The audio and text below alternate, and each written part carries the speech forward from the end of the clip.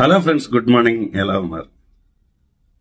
ఇప్పుడు మనం గనక ఒక కుక్కను తీసుకుని వెళ్ళి చుట్టూ అద్దాలు ఉన్న ఒక గదిలో వదిలితే ఈ కుక్క అద్దాల్లో ఉన్నది తనే అని తెలుసుకోలేక, ప్రతి అద్దంలో ప్రతిబింబం తన ప్రతిబింబమే అని తెలుసుకోలేక, నా మీద దాడి చేయడానికి ఇన్ని కుక్కలు ఉన్నాయా అని భ్రమపడి తన్ను తాను రక్షించుకోవడానికి వాటి మీద ఎదురు దాడి చేయటమో లేదా అక్కడి నుంచి పారిపోయి ప్రయత్నం చేస్తుంది.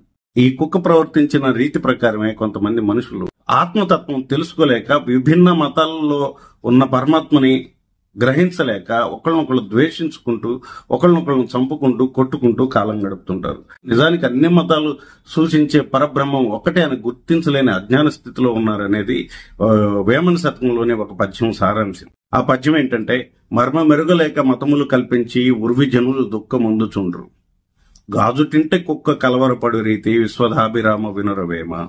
ఈ పద్యం ఎలా అనిపించిందో కామెంట్ చేయండి. అలాగే ఈ వీడియో నచ్చితే లైక్ చేయండి. ఇంకా ఎవరైనా సబ్స్క్రైబ్ చేసుకోకపోతే సబ్స్క్రైబ్ చేసుకోండి. ఇన్స్టాగ్రామ్ లో కూడా ఫాలో అవ్వండి. రెగ్యులర్ గా డైలీ తెలుగు వాడిని చూస్తున్న మీ అందరికీ ధన్యవాదాలు తెలుపుకుంటూ హ్యావ్ ఎ గ్రేట్ డే.